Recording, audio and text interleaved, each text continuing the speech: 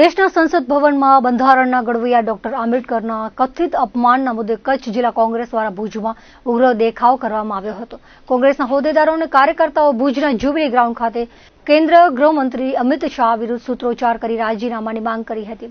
કચ્છ જિલ્લા કોંગ્રેસના પ્રમુખ યજુવેન્દ્રસિંહ જાડેજાના નેતૃત્વમાં વિરોધ પ્રદર્શન કરાયું હતું। કોંગ્રેસના આગેવાનોએ ભાજપ સરકારને સંવિધાન વિરોધી ગણાવી હતી। બંધારણના ઘડવૈયા અને દલિતોના મસીહા ડોક્ટર આંબેડકરનું અપમાન દેશ ક્યારેય સાંખી લેશે નહીં। કેન્દ્રીય ગૃહમંત્રી અમિત શાહ વિરુદ્ધ સૂત્રોચ્ચાર કરી રાજીનામાની માંગ કરવામાં આવી હતી। વિરોધ પ્રદર્શન વધુ ઉગ્ર બનતા પોલીસે દરમિયાનગીરી કરી હતી। પોલીસ કર્મીઓ અને કોંગ્રેસી કાર્યકરો વચ્ચે ઝપાઝપીના દ્રશ્યો જોવા મળ્યા હતા। પોલીસે ઉગ્ર વિરોધ પ્રદર્શન કરી રહેલા કોંગ્રેસના આગેવાનોની અટકાયત કરતા જિલ્લા પ્રમુખ યજુવેન્દ્રસિંહ જાડેજાએ ઉગ્ર પ્રતિક્રિયા આપી હતી। તેમણે પોલીસ તંત્ર ભાજપની તરફેણ કરી કોંગ્રેસનો અવાજ દબાવી રહ્યું હોવાનો આક્ષેપ કર્યો હતો। આ લડાઈને જન સુધી લઈ જવાનો નિર્ધાર કોંગ્રેસના આગેવાનોએ વ્યક્ત કર્યો હતો। જે રીતે દેશના ગૃહમંત્રી અમિત શાહ દ્વારા ડૉક્ટર બાબા સાહેબ આંબેડકરનું ગૃહમાં જે રીતે અપમાનજનક રીતે જે વર્ણન કર્યું એ ખરેખર દુર્ભાગ્યપૂર્ણ છે।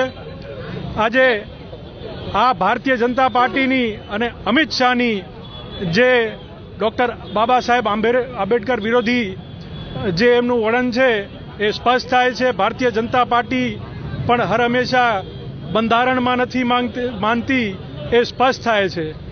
કોંગ્રેસ પક્ષ ક્યારે પણ આવું ડૉક્ટર બાબા સાહેબ આંબેડકરનું અપમાન નહીં સહન કરે। અમે આજે અહીંયા કને ભુજ ખાતે એક વિરોધ પ્રદર્શનનો કાર્યક્રમ કોંગ્રેસના બધા સાથીઓ દ્વારા કરવામાં આવ્યો છે।